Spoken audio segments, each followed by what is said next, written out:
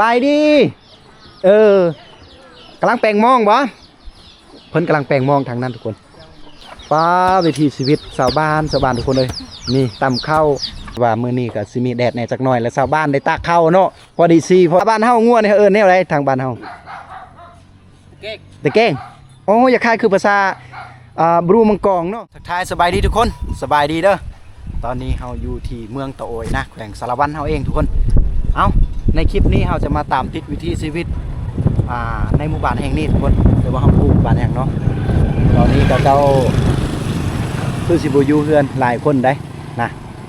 อันนี้คือวิถีชีวิตดังเดิมเขตหมู่บ้านเฮาแต่ว่าอ้อมรอบในหมู่บ้านนี้ที่ว่าวิวทิวทัศน์นี่งามทุกคนโอ้โหตัวนี้จะเป็นนาของชาวบ้านได้เนาะนาของเขาเจ้าเก็บเกี่ยวเป็นทีเรียบร้อยแล้วแต่ว่ายังอีกครึ่งนึงเพิ่นปะแต่ว่ากะลังทางเทิงคือกะลังเนาะเส้นทางที่นี่เฮาสามารถไปหาแขวงสะบันเขตเนาะแล้วก็ตัวนี้สามารถไปหาเมืองตะโอยแล้วก็แขวงสารวัตรโอ้โหทุกคนผู้พาป่าไม้นี่สุดยอดสิ่งที่คมมักบานนี้มีสัญญาณอินเทอร์เน็ตเนาะครบเลยอยู่นี่นะ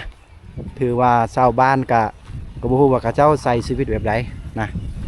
และกะหญ้านี่โอ้งามๆเขียวๆทุกคนเด้ เนาะไปสบายดีล่ะไปไสอ๋อไปลิ้นอ๋อนี่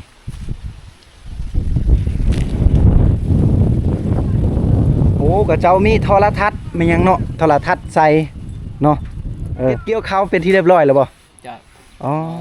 ได้จักซอบปีนี้เฮาไม่ได้ชี้หาชอบเอาแหละตกชี้หาชอบไปใช้พ่อเฒ่าสบายดีพ่อเฒ่าอ๋อไปใช้นี่ไปเฮ็ดมันโอ้ไปเฮ็ดมันไปลกมันโลลายปันใดมันปีนี้1,500 กีบ1,500กีบโอ้1,500กีบเนาะขายดิบบ่1,500ขายดิบโยมันก็ขึ้นแล้ว1,500 บางหมู่บ้านนี่900กีบใดนะเขตสมุยเขตหลายๆบ้านที่เคยไปถ่ายทำนี่เห็นก็เจ้ากำลังลก900 800แต่บ้านเฮานี่มันใกล้ๆโรงงานเนาะพ่อเนาะบ้านกระเจ้านี่ทุกคนจุดดีจุดเด่นคือมันใกล้ๆโรงงานมันต้นเนาะแล้วก็เลยราคามันก็สิได้แน่จักหน่อยเนาะจะได้เปรียบตัวนี้แหละโอ้ลกเครื่องแล้วบ่พ่อเฒ่ายังบ่ลกเครื่องแล้วบ่มันยังหลายเนาะอ๋อเด้อไก่แล้วไก่สิได้รับเงินเลยเนาะเงินจากมันแหละพอดิเข้าได้ลายบันไดปีนี้เข้าได้10 สอบเนาะอ๋อเข้าหน้าบ่หรือเข้าให้ส่วนลายบ้านเฮานี่เฮ็ดให้ลายบ่หรือเฮ็ดหน้าลายเฮ็ดให้ลายกว่าหน้า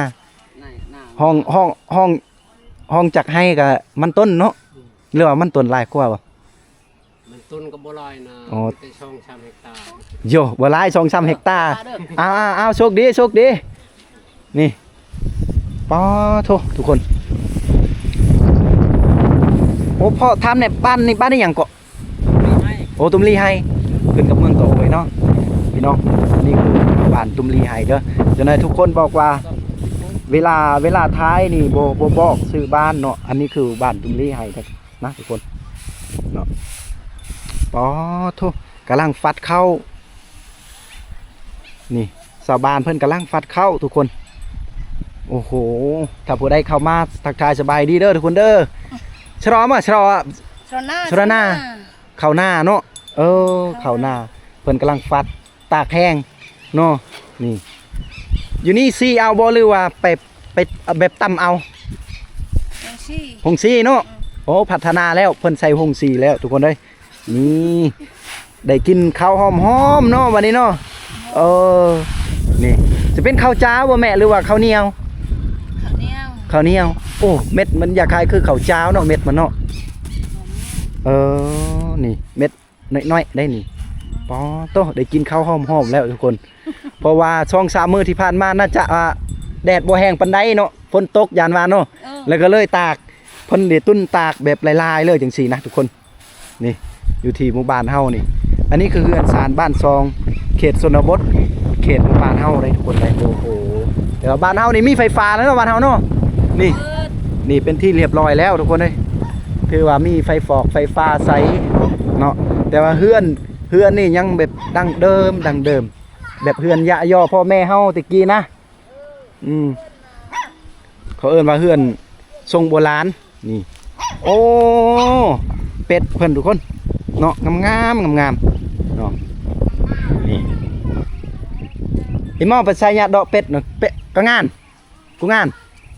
แนวใดเอิ้นเป็ดนี่ทางนี้เอิ้นแนวใดเป็ดคือกันอ๋อเอิ้นคือภาษาลาวเลยเนาะนี่ลูกมาเพิ่นเอาเลาะก่อนทุกคนน้ำนี่บ่มีบ่บ้านเฮาบ่ได้มีน้ำบ่โอ้เขาไปเอาน้ำอยู่ไสซะไปเอาน้ำห้วยโอ้เพิ่นเอาน้ำห้วยแต่ว่าตะกี้นี่เพิ่นมีน้ำแบบนี้เนาะตะกี้นะแต่ว่าตอนนี้เพิ่นว่าบ่มีน้ำแล้วไปเอาน้ำห้วยเอานี่โอ้เฮือนเพิ่นเนาะเป็นเฮือนไม้ไผ่ทุกคนส่วนหลายเฮาสิได้เห็นแบบนี้เฮือนของเขาเจ้านี่นะแต่ว่าฟืนนี่เพิ่นจะเก็บกองปะไว้อยู่กองตารางอย่าคล้ายคือชนเผ่ากระโดและชนเผ่าปะโกะเนาะฟืนเพิ่นกองไว้นะเอาแต่ว่าเดินของชาวบ้านเพิ่นนี่ทงเพียงแล้วก็เดินกว้างแน่เฮาสามารถที่จะตั้งบ้านอีกหลายหลังนี่หรือว่าเฮือนหลายหลังก็ได้ถือว่ายังพื้นที่การทำมาหากินการอาศัยชีวิตนี่ยังโอเคแล้วก็เฮาก็จะเห็นมีสัตว์เลี้ยงงัวเนาะแล้วก็มีน้องเป็ดน้องไก่โอ้โหไปใช้พ่อไปเบิ่งงัวโอ้จักโตเลยงัวเนาะ6 โตภาษาบ้านเฮางัวนี่เอิ้นแนวใดทางบ้านเฮาตะแกงโอ้อย่าคล้ายคือภาษาบรูมังกองเนาะโอ้ตะแกงเนาะตะแกงตะเรียควายตะเรียเนาะงัวกับตะแกงเฮาไปเฮาต้องได้เรียนรู้วัฒนธรรมไปนำทุกคน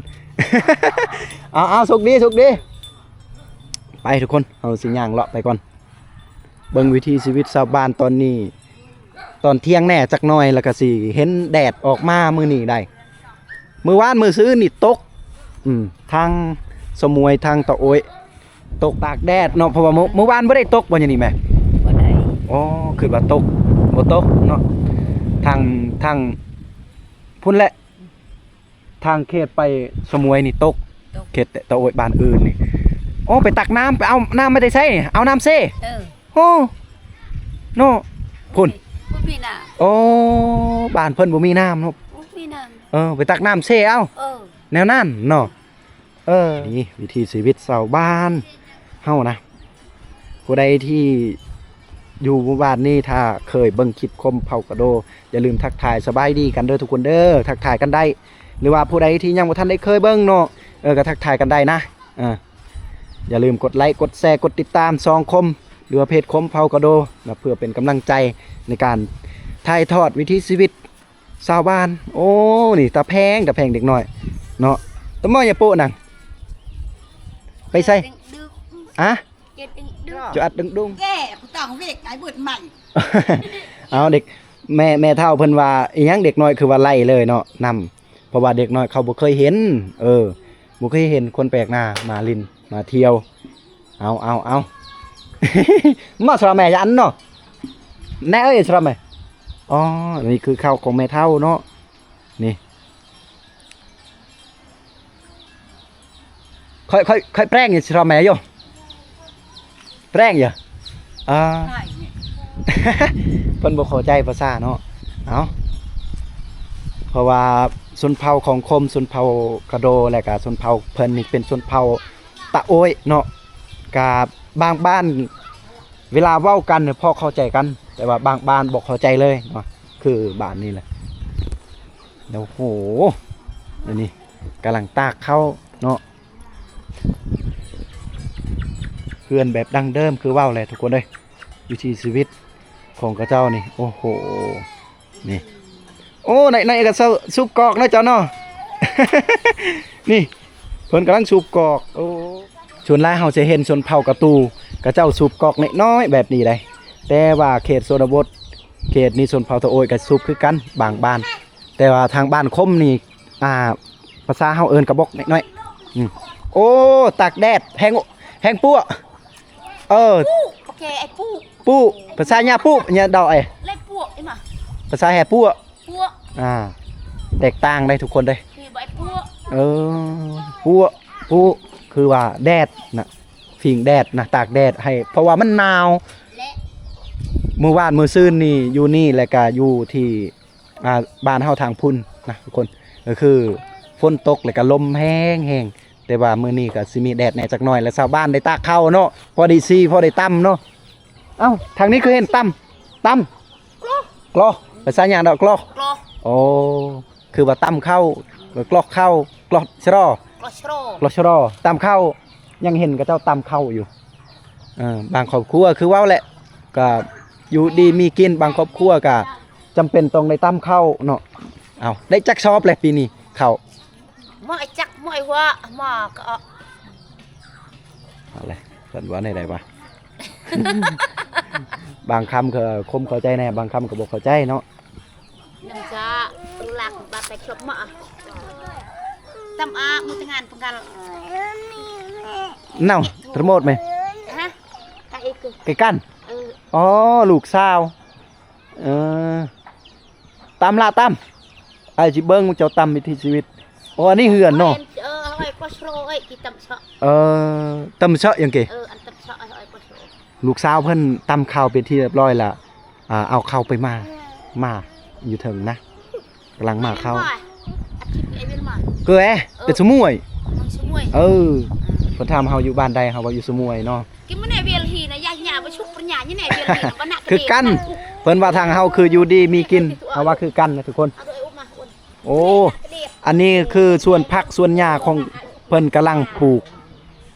ผมเคยเห็นบ้านเพิ่นนี่มี จะด้วยละอ่ะ ผักงามปลูกได้เพราะว่าใกล้กับทรายเซละนองก็สิมีผักหญ้าปลูก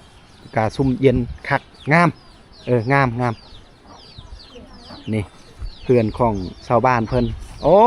ลูกสาวกับยานแท้ยันว่าเนาะเจ้ายานยังล่ะอายมีเมียมีลูกแล้ว ว่ามีเมียมีลูกก็จักเขาสิสนใจเฮาบ่เนาะเพราะว่าบติเขตชนบทนี่ก็เจ้าเมื่อเห็นคนแปลกหน้าก็สิอายเนาะนี่ลูกสาวเพิ่นปบใส่เฮือนครัวไปแล้วนี่เอาอันนี้คือเฮือนกับเจ้าทางเฮือนครัวก็อยู่นี่แล้วก็เฮือนฮับแขกเฮือนใหญ่ก็อยู่นี่ได้เนาะโอ้โหนี่แต่ว่ากระเจ้ายังใช้วิธีชีวิตดังเดิมก็คือการตำข้าวนี่ต่อทุกอันนี้คือคกแต่ซากของเพิ่นนี่แบบยาวๆเลยทุกคนเลยแตกต่างกับซากของบ้านคมได้แต่ว่าอยู่พุ่นนี่เห็นเพิ่นตำข้าวอยู่ทุกคนเลยเนาะพุ่นเพิ่นกำลังตำข้าวอยู่ทางนาพุ่นเอาพุ่นนะนี่ป้อบรรยากาศนี่สุดยอดเนาะนี่ลงมาแล้วลูกสาวนี่โอ้โหเนาะลูกสาวเพิ่นแหละตำข้าวตัวนี้เฮือนครัวเด้อทุกคนเด้อโอ้อันนี้เฮือนครัวแล้วก็ไต่ขึ้นมาพี่ก็จะเป็นเฮือนฮับแขกหรือว่าเฮือนใหญ่ของหมู่บ้านหรือว่าของเฮือนหลังนี้ครอบครัวหลังนี้นะนี่จะเป็นเดินบ้านของกระเจ้าโอ้โหบรรยากาศก็สิเขียวๆแน่ฟ้าอากาศก็สุดยอดมื้อนี้เนาะเอานี่เพื่อนกับเจ้าแล้วก็แต่ลงมานี่ป๊อทุกอันนี้จะเป็นเหือนใหญ่คือกันแล้วก็เหือนครัวเล็กๆน้อยๆทุกคนเลยแต่ว่าบ้านเพิ่นมีไฟฟ้าใส่นะเนาะสบายดีกำลังแปลงมองบ่เพิ่นกำลังแปลงมองทางนั้นทุกคนนี่โอ้โหนี่บันไดเพิ่นขึ้นเนาะนี่ทุกคนเลยขึ้นเฮือนกับเจ้ามองเพิ่นบักหลายๆเนาะมองใส่ปลานี่คือว้าวแหละแสดงว่าบ้านเพิ่นนี่มีป่าหลายอยู่เด้เนาะนี่โอ้โหสุดยอดเฮือนนี่สุดยอดเลยนะเอากลับมาพี่จักหน่อยโอ้จักครอบครัวบ่เด้นี่ครอบครัวหนึ่งบ่หรือว่า2ครอบครัวเฮือนนี่2ครอบครัวอ๋อเฮือนเพิ่นนี่มี2ครอบครัวทุกคนเบิ่งได้บ่เบิ่งได้เนาะนี่อันนี้คืออยู่ข้างในเด้อทุกคนเด้อ ป๊าโทนี่บอลตากเขาเนาะโอ้โหสุดยอดเลยเอาอันนี้คือข้างในเฮือนกับเจ้านี่อันนี้อีกหลังหนึ่งอยู่นี่แต่ว่าเพิ่นว่ามี2 ครอบครัวได้อยู่ในเฮือนหลังนี้เนาะอาศัยอยู่2 ครอบครัวนี่ทางนี้แหละไปน้ำเนาะน้ำไปเซละนองนะเอากลับมาพี่แน่จักหน่อยสบายดีโอ้ตัดผมเองเนาะทางนี้เนาะมีสางตัดผมให้พร้อม นี่เพิ่นกำลังตัดผมอยู่นี่เนาะตัดผมให้ลูกวะโอ้สร้างเองและบาทนี่เอาแมนโอ้ตัดเองดีกว่าตามใจเฮามักแบบใดก็ได้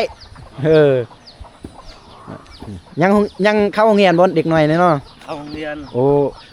โรงเรียนอยู่ไสเอาไปเข้าโรงเรียนเฮาอยู่บ้านดนตรีโอ้บ้านทางนาพุ่นโอ้โดยคือว่าหงหม้อได้บ้านเฮาบ่มีเนาะหงหม้อเนาะก็ไปทางบ้านทางนาอีกแม่นโอ้แต่ว่าบ้านกับเจ้าอยู่นี่บ่ได้มีเนาะแต่ว่าน้ำไฟมีอยู่น้ำคือเพิ่นอาบน้ำเซละนองป้าวิถีชีวิตชาวบ้านทุกคนเลยนี่ตำข้าวเนาะตำกินตอนเที่ยงนะว่าเรากินตอนแรงมาแล้วเนาะเที่ยงมันกายแล้วเนาะเพิ่นกำลังตำข้าวถ้าตำแล้วเพิ่นมากินตอนแรงนี่ป้าทุนี่เอาในนั้นเนาะโอ้ใส่ชีวิตแบบดั้งเดิมทุกคนเลยนี่ตำข้าวแบบดั้งเดิมเอาเพิ่นว่าอายแน่บ่แน่แล้วจักหน่อยคือเพลงเพิ่นห้องเคยอยู่บ้านนาใหญ่มาพร้อมกันความสุขความทุกข์ผูกพันเคยสู้สันเหมือนอายและน้องโอ้ยไก่นี่มันอยากกินแล้ววันนี้โอ้น้องแดงนี่บ่งามๆเนาะน้องมาเพิ่นทุกคนนี่ฟ้าจากครอบครัวอยู่นี่ครอบครัวเดียว2อยู่ในเฮือนหลังเดียวนี่2ครอบครัวบ่3อยู่ในนี่นะโหนี่3ครอบครัวอยู่นำกันอยู่นี่นะทุกคนเบิ่งออมหอบก่อนทุกคนเอ้ยเพิ่นว่าอยู่ในนี่มี3ครอบครัวอาศัยอยู่นำกันแต่ว่าเฮือนน้อยๆเนาะโอ้แม่นอลีได้ถ้ามีเตาไฟ3เตาไฟก็ถือว่า3ครอบครัวเห็นเตาไฟกับเจ้ามี3บ่อนเนาะนี่ถือว่า3ครอบครัวแล้วบ้านเฮานี่ภาษาอีหยังกามาแห่เนาะอีหยังกามาหรืออายอ่ะกางตะโอ้ยใกล้กางตะโอ้ยโอ้ภาษาตะโอ้ยกางตะโอ้ยแปลว่าชนเผ่าตะโอ้ยเนาะนี่สุดยอดเข้าใหม่ๆเสื้อมื้อเนี่ยดอกเนาะชอบมั้ยกะโยเสียภาษาของกระโดบ่ฮู้คือกันเด้อทุกคนว่าจักเข้าอีหยังอันนี้นะได้พ่อเฒ่านี่กำลังอีหยังแม่นเอามาแต่ใส่สรอมาตาบ่โอ้เห็ดเม็ดยางมองโอ้อยู่นี่แห้งแล้วบ่อันตัวนี้แห้งแล้วบ่เข้าตัวนี้เพิ่นเอามือนี่แห้งแล้วโอ้เพิ่นตากหรือว่าเอามาแต่หน้าอ๋อนะเอามาแต่เที่ยงหน้าตัวนี้เพิ่นสิยางเนาะเพิ่นสิยางมองเพิ่นว่าเมื่อแรงนี้เนาะเอามันเด้อมาแล้วโอ้แสดงว่าน้ำบ้านเฮานี่ปลาหลายอยู่เนาะพอเนาะหลายอยู่ไม่ได้บ่ได้ช้ำแน่นั่นเอาโอ้สุดยอดเลยบรรยากาศบ้านเพิ่นเลยทุกคนคือหญ้านี่เขียวทุกคนเลย ความสามัคคีของชาวบ้าน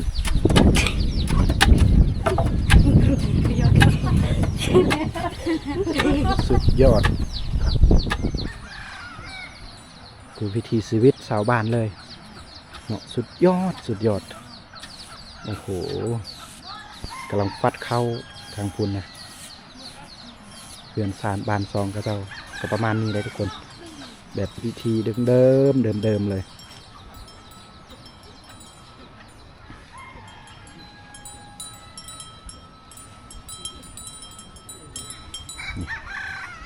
คนกำลังให้น้องมากินอาหารทุกคนเลยนี่ก็มาเพิ่นมากำงามจักโตเลยลูกมานี่จักโต8 โตมาตัวนี้มานอยู่บ่มันมาดิฉัน คิดว่ามามานก็พ่อได้แนววะโอ้เลี้ยงมาดีได้ครับเลี้ยงไวๆก็ยังเวลากลางคืนมันเอาไว้มันเฮาโจรเนาะเฮายังแหละคนแม่นแต่จริงมาเวลามันเฮามันก็บ่กัดดอกแต่ว่าเฮ็ดให้โจรมันย่านเนาะอีกอย่างมันก็สิเตือนให้เจ้าของเนี่ยมันตื่นโอ้โหมาเพิ่นบักหลายโตทุกคนนี่ปูบักงามเนาะกินอิ่มบักโตจนเลือนี่เพิ่นเกลือให้มามันกินนะโอ้อันนี้เป็นเฮือนครัวบ่เลยว่าเฮือนนอนเฮือนครัวเนาะอ๋อแสดงว่าไตมันเพิ่นเฮ็ดใหม่ตัวนั้นเนาะแล้วก็ไตฮอดเฮือนใหญ่ตัวนี้เฮือนรับแขกเฮือนนอนพร้อมก็อยู่นี่ทุกคนเนาะโอ้เด็กน้อยแต่แพงเนาะล่ะเนาะมื้อนี้ไอ้บ่ได้มีขนมได้มาซื่อๆได้มื้อเทื่อหน้าก่อนสิเอาขนมให้นี่เป็นบรรยากาศทุกคนเลยกำลังฟัดข้าวเนาะภาษาเฮาในไรฟัดข้าวแม่อมชรออมชรอเนาะอ๋อปอเม็ดข้าวใหญ่ๆแน่จักหน่อยอันนี้มันข้าวไห้บ่ข้าวให้อ๋อนี่อันนี้ข้าวหน้าโอ้ข้าวหน้าพร้อมแล้วก็ข้าวให้พร้อมเนาะเพราะว่าได้ตากไว้จนช่วงแดดเนาะจักหน่อยนี่เขาเอิ้นว่าบ่มีแดดหรือว่าแดดบ่ออกมานี่เซ็ตว่านี่บ่มีข้าวกินว่ะนี่สุดยอดเลยก็ประมาณนี้ได้ทุกคนได้เอาเลาะหมู่บ้านกับเจ้าก็โดนเติบแล้วได้นี่ก็บ่ได้มีอีหยังหลากหลายให้ทุกคนได้รับชมเด้อ